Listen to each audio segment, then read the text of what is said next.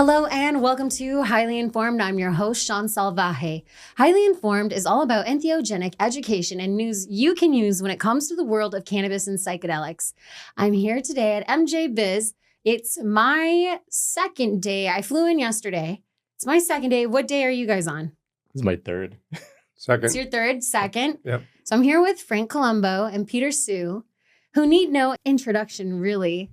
If you know anything about banking or investment in cannabis, you should know something about these two. They're always giving wisdom and sharing their words for free. And we really appreciate that because when it comes to banking and finance, it so often goes over so many people's heads. You're out there providing some education, giving public advice, and helping to break down some of the myths and realities that exist in the cannabis industry so we can actually get to a space where we can talk about real legislation, real regulation, and what banking and finance is going to look like for us in the future as we normalize. So thank you for doing that. You're welcome. With all of that experience in finance and banking, like what sparked your interest in working in cannabis? Well, so I've been in commercial banking, done a variety of things, middle market, private banking, and of course, I'm sitting here, cannabis banking. I don't have a good origin story, unfortunately. I know that's a big thing in cannabis. The bank that I worked for at the time said, "Hey, let's look at cannabis banking." And I think every origin story is a good origin story. I'm going to challenge you on that one because we all got here, and you're still in the relatively early adopter phase. So give yourself more credit. So your bank saw that there was some potential. Yes, and it was kind of like, hey, let's research this. What do you think? And I was like, hell yeah, let's do this. In banking, I think it's hard to stand out. It's very commoditized. And so for a long time, I had known that the people that I knew that did really well, they tended to specialize in something. And so, sure, developing a niche was something that I was really interested in doing. And yeah, that's how I got my start. And they were like, do you want to do cannabis? It was to do with cannabis banking. And okay. And you were like, yes. So yes, I'm on this is my third cannabis banking program as a lead. And I've actually been a consultant to a number of programs around the country. So certainly a topic I've had to discuss a lot. Yes, and one that everybody's interested in. Who doesn't want to know how the bank works? Frank, what about you? What sparked your passion for cannabis? So my background is really credit research. I ran high yield research at UBS for a while, and then I went down market from high yield to distressed, and you could kind of see another trend there: high yield, distressed, cannabis. And what attracted me to cannabis when somebody approached me and said, "Do you want to be part of this group?" is I started researching it, and what I saw was chaos. And I think, and I love the chaos because I've always said, if it's an environment where nobody knows what to do, and the question is, what do we do now? I'm pretty good in that environment. If it's an environment where everybody knows what the right thing to do is, it's just a question of who can do it best. It's probably not me. So I like chaos. I like the kind of flux of cannabis, and I've been in it about 5 years now, and it has not disappointed on that basis. No, actually, I feel like compared to my military experience, cannabis is giving me a ride for my money. Like some of this stuff is like worse than a deployment. I mean, not to downplay some deployments. Some deployments are really tough, but some of the experiences I'm witnessing as a journalist and some of the stories that I'm hearing and seeing unfold about surviving in cannabis, and then you also experience it as an entrepreneur, and you have to wake up and you're like, what are we doing today? Figuring this thing out, structuring things to like meet a system, but also innovate within it. And nobody educates you on this stuff. Like if you think about general America, no one's giving you the blueprint to how to do all of this. And then, by the way, cannabis, there's no blueprint yet. Like we decided to make it illegal, so we couldn't develop a blueprint. I don't know why. Let's not discuss it too much, but you're right. It is the Wild West. It very much reminds me of the pioneering spirit of California and also Texas. And I feel like eventually when Texas comes online, it's going to be one of those players because Texas has that kind of an edge. much like California. But before we get there, we do have to structure federal regulation. What have you seen play out in the last 5 years of banking? And where do you think the next 5 are going to take us, if really far at all? I don't know. Well, I mean, legislatively, we haven't seen much of anything happen in the last 5 years. We've seen a lot of promises that didn't come to fruition. And we can put names to that, but we won't.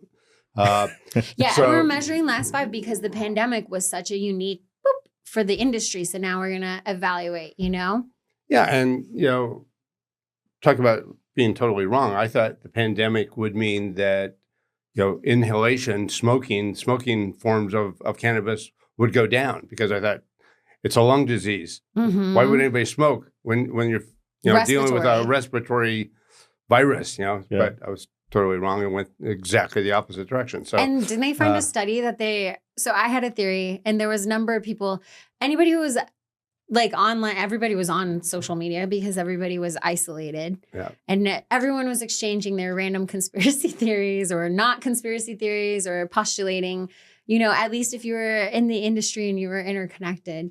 And during COVID, everyone was, kind of speculating about what their own personal experience was with self-treating in various ways, like whether it was consuming like tea made with like the plant and getting some kind of nutrient out of that, or like other even combustibles, which was like, let's study the science of smokability. And by the way, we're going to have Riley and Miyabi with us in season 2.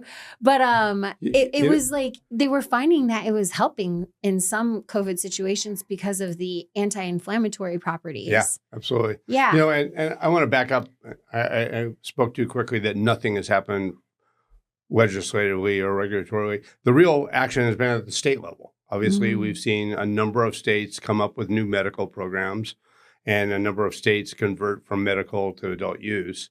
And that's where all the action has been, at the state level. And that's where the growth of this industry really comes from. It's coming from states starting up a medical program, like Utah did a few years ago. Are we kind of seeing how the sausage is made in America? Like when you think about it, if everything is on a state level, we're seeing how different states approach different problems, how the different cultural contexts play into it, how whatever we've set up legislatively, like for what now we're at 250 years or something like that. I'm sorry, I don't have it off the top of my head. But I know the Marines, 1775. Okay. Like we're coming up on we could be looking at some growth cycles here, right? Yep. And we are evaluating like the way cannabis is happening. It's an opportunity to evaluate how states structure industry and allow economies to flow or not. And if we can build this on a state level and then evaluate from that federal level, we know it was suggested that right now California isn't really collapsing, that yes, internally it's so chained up that it needs to be unleashed now for federal. Like once federal goes, California can be unleashed, and it has all the innovation and it has the opportunity to grow, and it can supply all of America's, or at least 60% was suggested. Yeah. And so that people who are struggling right now, there is a line of sight once we federalize, but isn't that kind of how the sausage is made in the US? Like when we think about how we've made all of our laws, everything's got to happen on that microcosmic level. And how much does doing it on that federal level, like what are the repercussions? Like, what do you guys see? Because with experience in banking and finance, you're looking at growth cycles over periods of time, right? Long periods of time that might go well beyond one person's lifetime. I'm pretty cynical about the whole federal angle to it. I think true federal legalization is unlikely to happen this decade. Okay. And there's real reasons for that. Cynically speaking, you say, why does any state put up a medical program? Well, you could look at it altruistically and say because they want to allow, their residents, access to a medicine that really works. But that's not why they did it. Okay. that you're naive if you think that. They did it for 2 reasons. They did it for jobs. They did it for tax revenues. Okay, that's why every state legalized this program. Mhm. And that's the huge impediment for it to ever to go the other way, to become nationally legal. Because if you think about it, why would anybody in the right mind, start a cultivation facility in New York State? You have high energy costs, high labor costs, high real estate costs, shitty climate. I winter. can say that. So you wouldn't do it. Okay, if you could just grow everything in California and ship it to New York, which a lot of it is being shipped to New York, but Allegedly. Allegedly. Well, just you just have to watch market trends. It's not even an inside baseball thing anymore. Yeah, it's not. I mean, you can just go walk the streets of Manhattan and you'll find that out. But so the point is, true federal legalization is what I like to say, be careful what you wish for, because I told you to true say that. federal legalization would produce chaos like you've never seen in this industry. As all of those state we're not ready programs, on a state level. all those state programs have to be kind of unwound, and it would be hugely destructive. It'd be destructive to jobs, be a lot of written off assets. In the end of the day, would it be beneficial? Yeah, because it would allow, cross-border marketing. It would allow you to have centralized production, centralized distribution, mail order, internet order, all the kind of which is goodies. already happening. Like direct to consumer sales are already taking off. Everybody's caught on the hemp side. Yes, on the hemp side. Yeah. Let's talk about that. Like, how do you marry these two industries now that the cat's out of the bag, or the worms are the can is open? I'm happy to go ahead. Well, there's two schools of thought. Obviously, like every cannabis company says we got to cramp down on that hemp stuff because it's eating our market, and it is, right? I mean, it is taking growth away from cannabis. Absolutely. Why is that? Why? Because at the consumer level, a lot of people just don't care. At the consumer level, there's plenty of people who are happy to go to one of the 165,000 convenience stores in the country and buy D8 or whatever kind of, Or they just don't know. They don't know which one is going to affect them, however, and the consumers largely are still not. We had a few scientists on there, the science is still for testing. Yep. This is the other thing about you don't have to be inside baseball. When the breaking news about the testing was coming out and it was, breaking news. I was but in the end of the day, if we go out however many years, 10 years, and everything settles out, testing won't exist. Mm-hmm. Why, in my view? I mean, maybe it's a little controversial, but when I buy a product from Procter & Gamble, do I really look for test results of how nutritious? No, I don't, because what I'm depending on is that Procter & Gamble has a deeply embedded interest in protecting their brand value. And so they are going to... Do you feel like consumers feel that way right now, though? Yes, I do. That's why brands exist. Procter & Gamble's quite as much as they used to. Maybe not, but who do they trust more? I mean, brands, this is one of the big values of a brand, is this also that you kind have of plays consistency. Into Procter & Gamble would fall into regulated body, we trust the bodies that are making the regulations that Procter & Gamble would adhere to. So then testing becomes less necessary, but until we get there, right. Testing we must have. Well, I think one interesting thing about cannabis as an industry is, and I think you and I were talking about, we were talking about this in the prep call, was and you've heard a lot of these comparisons, right? Like, oh, cannabis is like CBG. Oh, cannabis is like medicine. Cannabis, et cetera, et cetera, et cetera, right?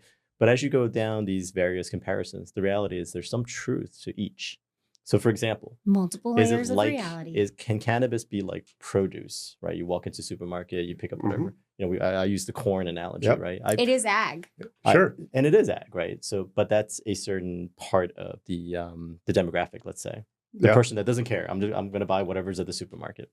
Then, of course, there are the connoisseurs that would say, like, no, I want that Peter Sue corn. Yeah. I want that craft. Yeah, craft. I was at this, one of the various cannabis dinners. No, there's a connoisseurship to it, really. Well, I remember a guy saying like, "Oh no, I'll drive across. I'll drive to the Bronx if I hear they got some fire there." Mm-hmm. And I'm like, I would never have done that. I will buy whatever. You'd be amazed. Yeah. So the scientists are showing that there's neurological chemical experiences that now they're beginning to quantify. Yeah.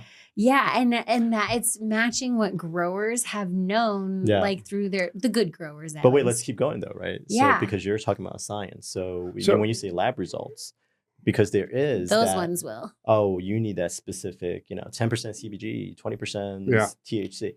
So like the reality is it medicine? Yes. Hell yes, it's medicine. Is right? it medicinal? So does a person care about a lab result when they're looking for a very specific combination? Yes. So in other words, I guess where I'm going with this is that I think there's a future where, look, the reality is it actually spans across a lot of different industries. So can I make an observation from the Lone Star State? Because it's interesting to watch this play out because we have such a limited medical market. It's it's extremely limited, and the opportunity to expand it only comes whenever we meet for the ledge.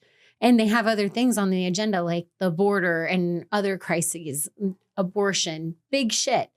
So, right? Cannabis often gets knocked down. Of course. Yeah. One of what we're noticing with medical and limitation is that then you have people who may not necessarily, you're right about the overlap and multiple layers of reality existing on top of each other. And it's like stacked because you'll have medical patients or people who would use it for supplemental health, which is becoming the wellness industry, and it's growing like massive scale, which I don't think is going to end anytime soon, especially with like we've noticed with regardless of where you land on it, with Trump being the president reelected and the cabinet members that he's choosing like RFK and the big focus on health. And we're realizing like not everything is working. By the way, we've trusted like a lot of industries and companies with our health. And it reminds me of like the old history textbooks. Did you ever read like your old history textbooks when you were a kid? Or God bless Minnesota because I got my education up there. And you read your history textbooks and they're going through the Industrial Revolution, such things. And they're like, and then they found out lead was killing everybody. Like, and you're like, God damn, those idiots didn't know. And now we're like, we think Homo sapien means like the wise one or something. Yeah. And we think we're all the hubris or the lack of it, like is to our detriment. But I feel like cannabis gives us this opportunity to learn how are we structuring things on a state level. It's like a litmus test for our regulatory bodies.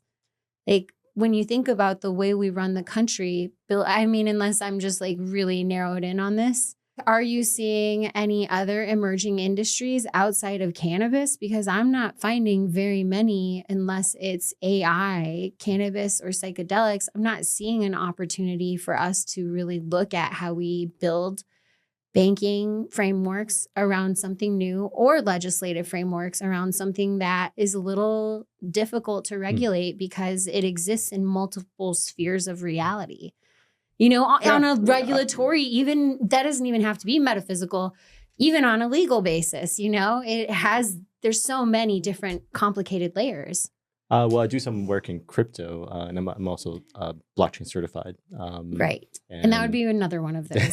Sorry, I lumped you in with AI. There you go. Of course. You picked one. And so now, look, for a while, it looked like sort of digital asset banking was on life support. But now with, Trump and Musk, et cetera, it seems like it's back as a hot topic. Whether it's transcendent the way you're describing it, that I'm not sure. But, I guess bringing it back into focus, I mean, the question is, if you're saying cannabis is a brand new realm, I believe is the question, right?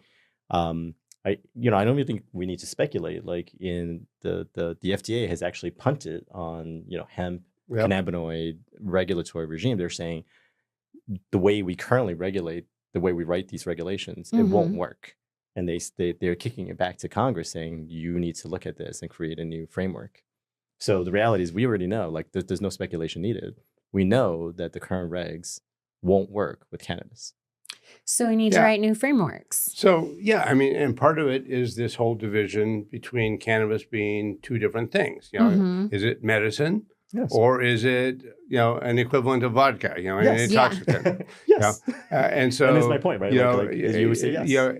And I happen to think we've maybe put too much emphasis into it being a medicine, and it's clear why we've done that as an industry, because we wanted to get rescheduling, and that was the only path to get rescheduling is to say we have to prove that it's a medicine. But in reality, most of the use of cannabis in the country is not as a medicine. It is basically as an intoxicant, and that's fine. I think we need to, as an industry, to push that side more, to push the fact that, hey, it's okay to just get high. It's okay to drink vodka. Sin is not anybody's business. It's like it should be okay. But I love that you approach it that way, because I run into that. There's no way I can make that marketable in Texas. Yeah. There's no way. That's why we have to look at it. And that's so one of the conversations that we had was on a regional basis. We're going to have different solutions, and it's going to influence. But you've had a solution already in place in Texas, which is, where's the convenience store capital of the world? It's Texas, and where is part? Yeah. Oh, I mean, have you been to a Buc-ee's? Have you heard of Buc-ee's? It is like. Yeah. But can you imagine? So what they're seeing is that there's a lot of hemp showing up in these stores, and some of it is from people who are self-regulating. They're getting their own testing done because there are operators in Texas who really do they're earnest about setting up the industry in a right way, because we know very damn well, if we don't, Texas will do it for us. And when you don't want Texas to intervene in any legal process that you are involved in, because she'll put a boot in your ass. It's just the way it is. But if you go down this line and say there's a bifurcated product here, and from my perspective, if I'm using cannabis as a medicine, I want it to be FDA regulated. It's like my medicine. Is there a world where this product can live in many different spaces? Yes, and it has to. I think Peter's point is that there's no way around that, because the FDA is never ever going to say it's okay to smoke a joint. Okay? They're never going to pass muster on that. Is it safe? Is it safe?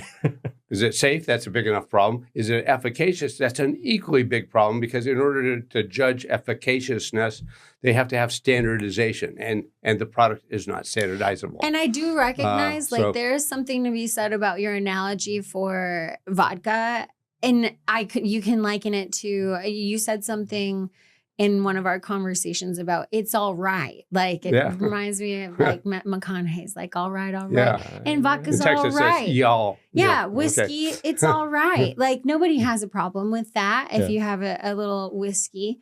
And it is a vice. You can't get alcohol in Texas on a Sunday. You still can't do that. There's still going to be rules. But looking at it but folks are all right with it, I think. And through the lens of cannabis is folks are all right with it. And then there's getting people advocacy. I do think yes, the way looking at it from a financial and analytical perspective, which I think we should bring the conversation back to get into banking and finance for the general audience. But when let's do that. Let's dive into that. With banking and financing, what are some of because we've gotten into state regulation, we've talked about federal, we went far, and I like it. We haven't hit religion yet, which is good. Oh, well. I'm also an ordained minister. Oh my God, it's amazing. Are you really? Well, it's one of those fake. Okay. Anybody can get one. Those one. Multiple initials on your card? Anyway, sorry. Well, let's talk. Well, we've covered so much because it's kind of we're in the space where we're creating as we go along, and we are recognizing and getting the federal government even to recognize with the FDA, we need to innovate the way we do business. And I don't know if anybody's been watching, not the news, but if you're paying attention to the pulse of the nation, we need to change a couple of things. We need to reevaluate, restructure, and look at a couple of things. And from the military perspective, the best way is to look at, okay, well, what have we been doing? What's working? What's not working? And what's real for you guys, like now that we're looking at 2025 from the cannabis industry, what are some of the myths that people need to let go of as far as it goes, as far as banking and investing in cannabis goes? Because at the end of the day, regulatory, all of this stuff, it's all got to be financed. Like, So you want to jump in if you want? Oh, sure. Well, I mean, I think, I think when I first started in cannabis banking, it was a very real struggle, right? Like people couldn't get banking. There was a time when the industry was unbanked, literally, and people and businesses existing cash only. Today, that is completely different, in my opinion. Yep. In fact, even from a, let's say, card processing perspective, like a lot of retail stores, in the early days was probably like 80-20, meaning 80% cash. Today, it's probably the other way around, 80-20, 80% is cards. Now, should those cards exist? Are they compliant? That's a different question, right? But the reality is today, if anything, it's the opposite. In almost every situation I get into where I'm pitching my services, I want your bank account. I'm being shopped. I'm in a competitive situation. Yeah, and that myth that you're talking about, one of the myths that has been used to kind of advocate for safer banking, the safer banking is exactly this myth that Peter's talking about, which is, it's unsafe because there's all this cash laying around, and cannabis companies can't get bank accounts, and therefore they have to pay for everything in cash, and it's unsafe, and et cetera. And that's just a myth. I mean, as Peter is pointing out, like we deal with hundreds of pretty small private companies, and every single one of them has a bank account. Now, there could be hassles. Sometimes these bank accounts get yanked. I've seen that happen. Yes. And they have to move to a different bank. That's happened a number of times, yeah. which it doesn't happen in other industries. So there is some truth to the fact that banking is a hassle in cannabis. By the way, call me if you need an account. Yeah. Okay. Gotcha. For a good time to call. No. Anyway, so if you want to get married in Vegas, that's a myth. And Peter's got your back for a good time, and if you want to elope, Peter can do all of it. Elope, yeah, he's I am a licensed marriage officiant. I am super. Good to know. Anyway, the other myth I think that is very prevalent now, because rescheduling is the hot topic, right? Everybody's thinking about rescheduling, but I think what people don't realize is kind of like what it does and what it doesn't do. Rescheduling does not make cannabis illegal. That's something that's very important. It remains federally illegal whether you go to Schedule 3 or not. So it's not like it waves this, green flag and it's everybody's good. It does not allow companies to uplist onto the New York Stock Exchange or NASDAQ. It does not.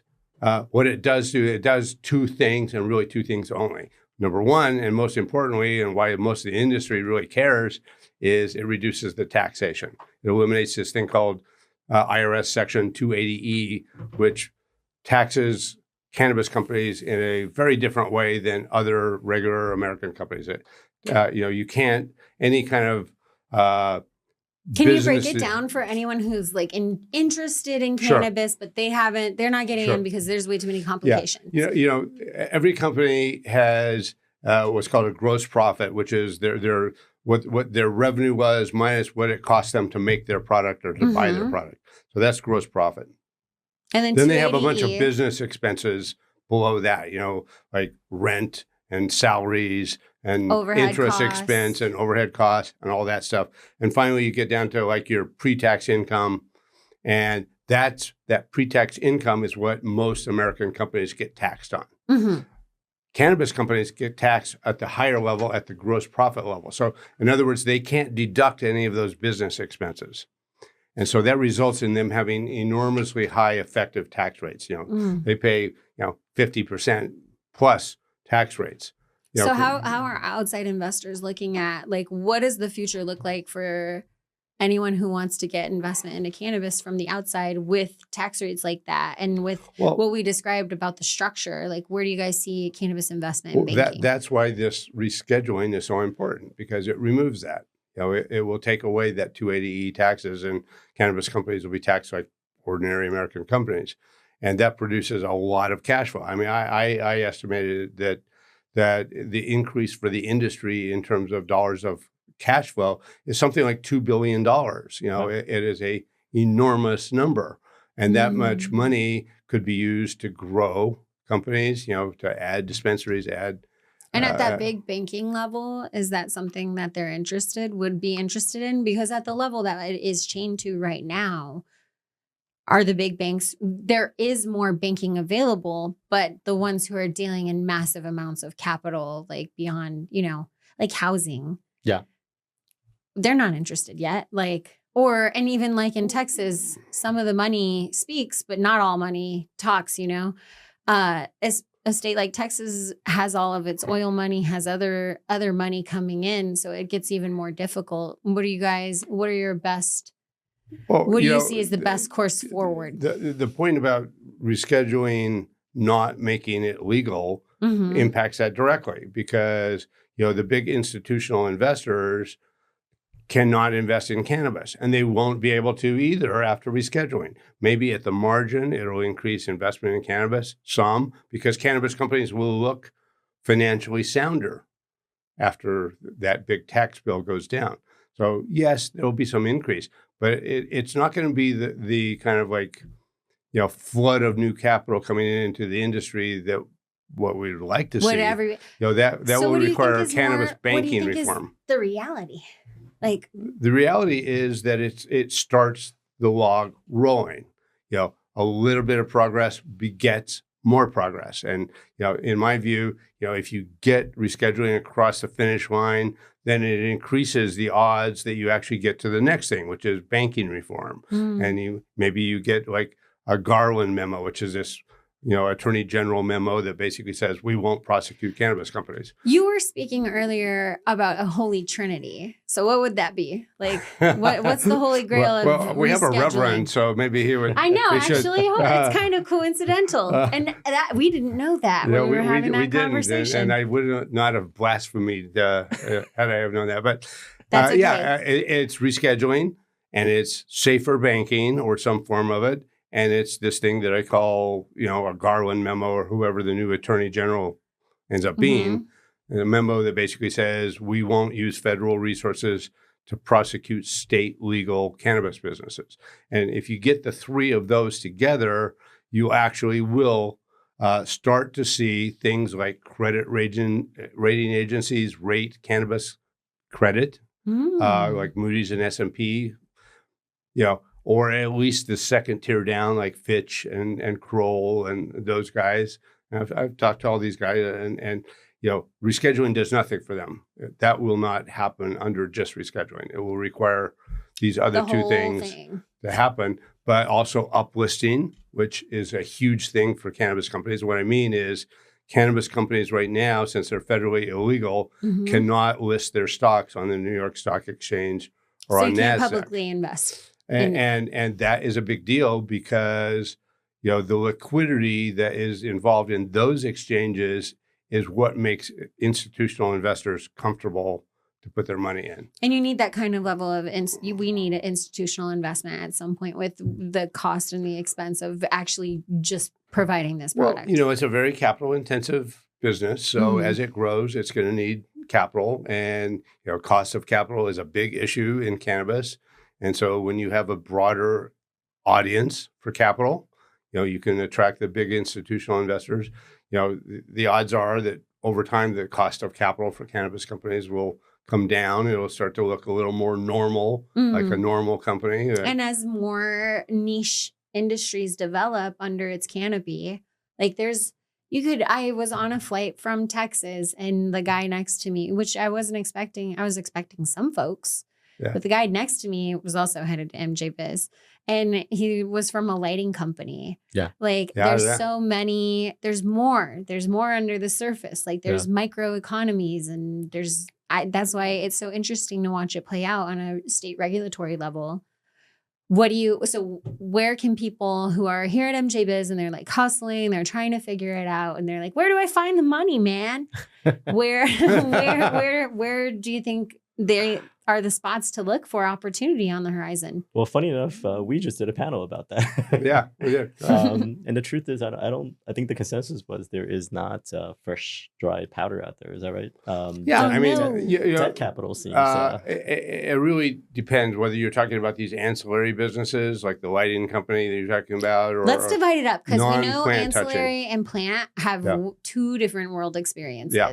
And with regard to the plant touching, so far this year we've raised about $1 billion, and 98% of that has been debt. There's been virtually no new stock issuance in the plant touching business all year. And it's not starting now either. I mean, you're going to close out this year with it being probably the worst equity issuance year in the history of cannabis. Woof. So, that's just the facts on the ground. On the debt side, most of it has just been refinancing debt that's coming due.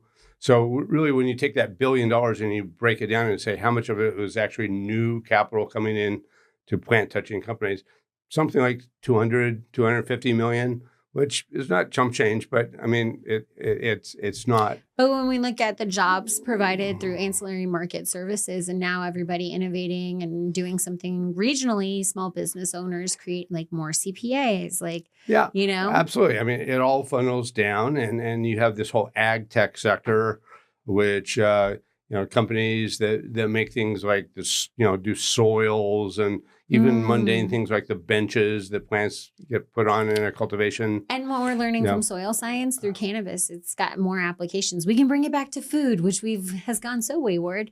So, I think that, on the other side, the ancillary side, it's not quite as bad. I mean, you haven't seen the huge jump in capital raising on that side yet. And it doesn't require it. You can operate on a smaller scale. Well, yeah, to an extent. but when you think about it, who are the customers of those ancillary businesses? Mostly B2B. It's the plant touching businesses. Right. Yeah. So until the plant touching businesses kind of like start to take off, those ancillary businesses aren't going to start to take off either. They kind of saw that in the last year, like something happened, or maybe I'm wrong. I don't know. 2023 was interesting to watch, and it felt like a little ooh. And you could see it ripple through the ancillary market with a lot of operators cutting services. It was kind of interesting to observe just from the outside. But then in some spaces, well, mostly out of California, in some spaces like hemp, services are just like, it's just starting. It's like the old game again. Well, you can kind of bifurcate it into, if you want to say mission critical kind of services. Like, you need software that does seed to and at a certain level, tracing. if you don't invest in then like if we don't invest in companies like Cannabis and software and like ways to make business easier and replicatable and scalable, then we're operating on this low tier level forever until we learn how to break through that glass ceiling, right? Yeah, but cannabis companies are operating at the margin right now. So, if it's a software product, like I was saying, a seed to sale kind of thing, or a retail point of sale, kind of software, those are mission critical. You can't operate without that. So you're going to do whatever it takes to make those investments and get those pieces of software in. But on the other hand, if it's something like ERP, like business planning, business integration, things that in the long run will make you more effective, but you don't need it. You don't have to have it today. And so you're not buying it today because your cash flow is constrained. A little tough. Times are tough. So, this whole ripple effect of like rescheduling gives, $2 billion more back to the plant touching side. They start to expand more. So you see more cultivation, more benches, more HVAC, more lighting, more innovation in each space. All that stuff ripples through. And the jobs and the tax revenues and everything that goes with it. But it all has to start with, the top of the food chain, which is really like 50% of historically of all the capital raised has been in this cultivation and retail plant touching side. So that's still the big dog, if you will. And so that has to happen. And frankly, we've just got to the point where these companies have pared down. I mean, it's not like they haven't been aware of the fact that times are tough. So they've cut their operating expenses. They're aware that capital is hard to come by. So they've done all the right things. They've cut their operating expenses. They've laid off people. There's something that we have in the military we call it strategic agility. And it's when times get tough, you got to get lean. Like, it's just that you can't be, there's, aircraft, like you have the big C-130s, heavy aircraft, and the turning radius on those big things, it's not tight, and if otherwise you have your fighters and they can be strategically used because they can make a tight turn. They're smaller, they're lighter, they're more agile. Like, it's simple business principles. What are some of the fundamental business principles that you think we can bring back or we haven't used enough in the industry? Well, I think, one of the fundamental disciplines from kind of a nerdy, accountant point of view is cost accounting. Really identifying your costs. Which are the costs are critical to producing the aspect of this product that your customers really want? Where is the value being created in your product? So what kind of forces the costs that go into that are costs you can't afford to cut because it's going to degrade your market. It's going to degrade your product. But everything else is fair game. So you need to, in order to really do that in a surgical way, you need to have your costs identified down to, like, what products does this go into and what aspects of those products are important to our buyers. And so that you can actually make those tough decisions. Now, on a global scale, there's been a lot over the last year and 3 quarters. There's been, a lot of like macro level, like laying off of people, cutting down operating expenses, not everybody gets to go to MBA biz anymore. Reducing working capital, cutting CapEx, a lot of that's happened. And to me, that's a little bit of the scary part now is a lot of that stuff has happened. They have pared back. And so, and they're still, and things are still tough because pricing, their costs are still going up. There still is inflation after all, and their costs are still going up. Revenues in many markets are declining because prices are going down. So this squeeze on margins is still real. And so, I've always thought like the best thing that can happen in Washington, D.C. is nothing at all. Because that is a controversial opinion. It is a controversial opinion because in my view, half the time Washington does something, it's in the wrong direction. Okay. But so he's like, let's isolate it and let it happen state by state. But I am totally different on this issue. I think we actually must and desperately need to have federal action because only that is going to open up the doors to some of the things we need. And I used to think rescheduling was like the big dog, and now I think it's kind of secondary. I think it's important, but it's not nearly as big as banking reform because of, it gets uplisting, it gets credit card usage, it gets more credit access. It opens way more doors. It opens institutional investing much more than rescheduling does. So those things that can only really happen on a federal level, unfortunately, I really do think we're kind of dependent on at this point because we've done like all of the kind of like internal So cuts. We know that the FDA, like you said, Peter, they've already kicked the ball or punted. And we know that we're going to have to restructure some organizations, which we already kind of figured because it was literally an agenda item for the election. Like that was a campaign topic, reformatting and reframing a few things. If we know that we're going to be reformatting and reframing and restructuring, is there space for us to do that in the banking industry at all? Or is there space for us to do that as it relates to what you were just discussing, Frank? And how do we do that? Like, how do we get to the next step while hemorrhaging? And yeah, I agree. Unchaining. Maybe we don't need there's a balance between the federal regulation removing barriers, which is what everybody's afraid of, versus creating frameworks, which could be done on a state-by-state level if the barriers were removed. What do you see as the way forward for banking until then? And then what is your hope for what would be on the horizon after? Yeah, so Frank makes a good point here because, the term banking becomes too big, kind of, right? Because I keep saying banking, and in my mind, I'm referring to literally opening a bank account, right? Mm-hmm. So when I hear someone say, "Oh, we need banking reform," I keep thinking to myself like, "Oh no, like I get turned down for accounts all the time." So I'm sort of like, wow, if anything, like it's hard to run a cannabis banking program now. We don't need banking reform for that. Now it is more expensive. So it's really a question of around capability, capacity, and cost now.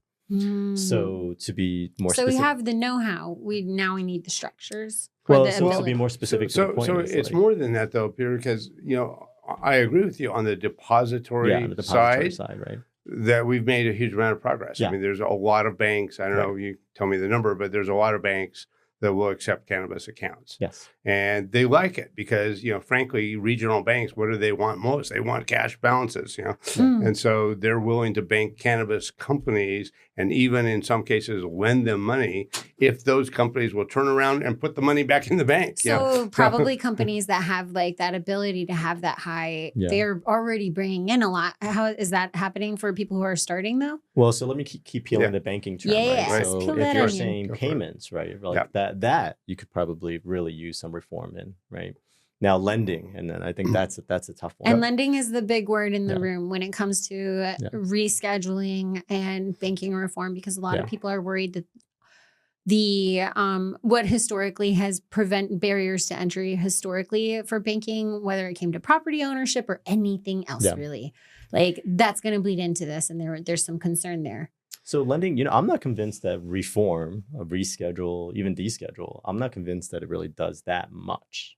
So again, let's peel the onion a little bit, right? So you're a cannabis business. What's your most valuable asset? Probably the license, which you can't put a lien on. Mm-hmm. Inventory. That should be obvious. But the inventory is perishable, like we do. No, my point is you can't lien it. You can't put a lien. Right. My point is it's valueless, right? So if I'm a bank, let's say, I just made it worse, and it's gonna go bad. Let's assume with the psychological barrier has been removed. The bank is saying, yeah, we are willing to lend to this cannabis business. The question then is, do they qualify? Yeah. Okay, so 280E, of course, going away will make a big difference. Yeah. But then you still have a major problem with respect to collateral. Yes, but I mean, you heard yesterday that people like Chicago Atlantic have deployed $2 billion on the basis of, some real estate, but some just corporate credit. Corporate, unsecured. Part of the loan is basically unsecured, right? It's corporate credit. You're taking the risk. You're taking the risk. You're doing it's a cash flow loan. Yeah. It's not a. Wait, can you explain what you just you had? What are you talking like? What I'm saying is like if you come to me and you have $100 million worth of a real estate in a and I say to you, great, I'll loan you 60. Well, which is about. No, right. And they're offsetting the risk. I mean, but what specifically you were talking about in the portfolio, they're offsetting the risk. Well, because it also has value in real estate. And you said yesterday you're having a conversation, or there was something that you learned new, or did I mishear that? No, yesterday I just said that the Chicago Atlantic, the guy from Chicago Atlantic, Steve Ernest, said that they had deployed $2 billion and $2 billion of loans into the cannabis industry. So it's not just the banks; it's these, specialty lenders that are lending into the industry. But there's also this big group of institutional credit that is not touching the industry at all. I'm talking about the Blackstones of the world, the Apollos of the world, the those big institutional. Credit funds are not in this industry at all. And where I thought, banking reform, as in the SAFER Act or some kind of hopefully expanded version of that, does is it gives them enough comfort that the feds aren't going to bust them, that they will start to invest in the industry. Right. And so my hope is not so much that SAFER opens up the floodgates to bank lending, because I agree with Peter. I don't think it will. Yeah. I mean, I don't see a world where Chase Manhattan is going to be out there making $15 million cannabis loans. They just aren't. They don't care. It's not big enough for them. Same problem with the Texas tax money. It's not going to convince anybody. And at the margin, sure, there'll be more regional banks that loan money to cannabis companies. There'll be more local banks that do, but it's not like opening the floodgates. But what does open the floodgates is this whole access to this whole institutional capital base that's not in cannabis. And at how all. are we going to get that with or without reschedule? And rescheduling doesn't do it. That's the point. Rescheduling, people have this myth that rescheduling is going to do that. It will not. But safer, go back to my holy trinity, safer, rescheduling and, the so-called Garland memo together probably do that. They probably do open the gates to that kind of money coming into the industry. Could that be our solution until could that be a temporary? Like, we're going to have to figure this out. Well, we opened the can of worms. The temporary solution is already in place in the following sense, that if you look at cash flows for at least, let's talk about the big 15 companies, and obviously I can't really generalize all the way down to like mom and pop companies, but you look at the 15 companies, 2025 is a relatively benign year. And what I mean by that is internal cash flows of those companies are enough to pay their interest expense, to pay for their planned capital spending, to pay for their rent, to pay for, the only thing, pay for their taxes. What it's not enough to do is to refinance the small amount of debt they have coming due. But 2025 is pretty small. I mean, you don't have this big amount of debt coming due. So 2025, the answer to your question, like, what are we going to do to solve this capital problem, is in place already, which is austerity. Okay, another year roughing it. And unfortunately, that's what I see. I see another year of like constrained capital formation. I think it's going to be two. And, hopefully I'm wrong. Hopefully this will go through sooner than I expect. But, regulation's hard to untangle, as we've tried to do it. It's a knotted ball. And why has the stock market not embraced rescheduling? The stocks are at all-time lows. Okay. So, I never thought that would happen. When I was looking and doing my predictions for the year, I thought that, as we got closer and closer to rescheduling, the market would be saying, okay, yeah, we're on board. We're kind of on board, and stock prices would go up and companies would be able to issue stocks, issue equity, and they would use that to repair some of their balance sheet by retiring some of their debt. But as things get older, like to your point earlier, as things get older, things change. And we had structured, when we start to talk about whatever frameworks we're creating, we're operating on whatever playbook we wrote like 3 or 4 years ago. Yeah. And with the way that time and tech and everything is evolving in this warp speed, it's just not keeping up there's enough. also just psychology involved here. There's a big amount of market psychology. And the psychology now is one of, we don't trust anything that you say, Mr. Senator. Okay? That is what is happening right now. And we are at the point where it's like, put up or shut up, because whatever you tell us is going to happen with regard to safer, we give it we treat it with a grain of salt, because we've been burned too many times.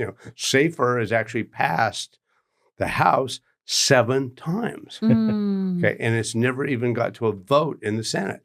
Well, to your point, and final thoughts with Peter. Yeah. This time, is it different? No, we were talking about this book, right? This time is different. And the takeaway, I think, from the book is that, like, if you study all these economic cycles, boom and bust, asset bubbles, there's this commonality in saying, oh, this time is different. And it's a common Wall Street saying, as you know. Yeah, right? of course. And the reality is that when you take a step back, you say, well, what really counted at the end of the day was the fundamentals, right? And every business runs the same way. It just has to make money. Yeah, I mean, I guess that gets back to the final myth of cannabis. And not only do people have fallen for this, this time is different, but there's also this, what I believe is a myth, which is cannabis is different. Right. Okay. Cannabis is fundamentally another business. It has to make money. It has to attract capital. It has to retain talented employees, just like every other business. And in that sense, it's not different. You know, it's not a religion. It's a business. And that's a myth that has kind of been hard to kill in cannabis because, you know, of all this kind of medicinal value, you know, which there's value to, but we have we have to start expanding like we said earlier, there's different levels of reality to seeing this. Yeah. Okay. And it is definitely, it's got to fall in line with the way that we've structured everything else has happened. Like we have some basic human social patterns, organizational behavior patterns, and the way that we make regulation very much a cyclical thing. So yes, 100%, you're right. It is not different, but I do think what is different is we have an opportunity to look at it, and we're here now, and we weren't here, you know, I wasn't here 50 years ago. Like whoever's making the rules then, they're still here, but well, we're figuring it out. There's been this sea change of public opinion about cannabis. Yeah. I mean, and we always have that opportunity to keep learning, growing, and evolving, even if, and I do think even some of those folks who have created some of that regulation in the past may not realize, like when it comes to hemp and cannabis, they might have gotten it right this whole time. So more on that. We'll have to expand on that, but we are at time. One word of advice. Give me your one word of advice for the audience. Tell us, this is the key to your 2025. Focus on the fundamentals. Run your business the right way. Cash flow, cash flow, cash flow. Yeah. Focus on getting your house in order, because there will be a time when this will really matter. So, you know, get your accounting straight, you know, look out and produce a forecast for yourself. Try and look ahead to say, what is your business going to look like next year? And also, I would say for most companies, they have no idea what their business is worth. And until you know what you're worth, you don't know what your options are. So, you know, get a handle on what is your business actually worth. And those things, I think, go a long way towards getting you ready. Simple truths and common realities. Thank you guys so much for joining me for this episode. That was highly informative for sure. And can't believe we're doing this. This has been crazy. Y'all stay elevated and always highly informed. Great. Thank you. Thank you, Shaun.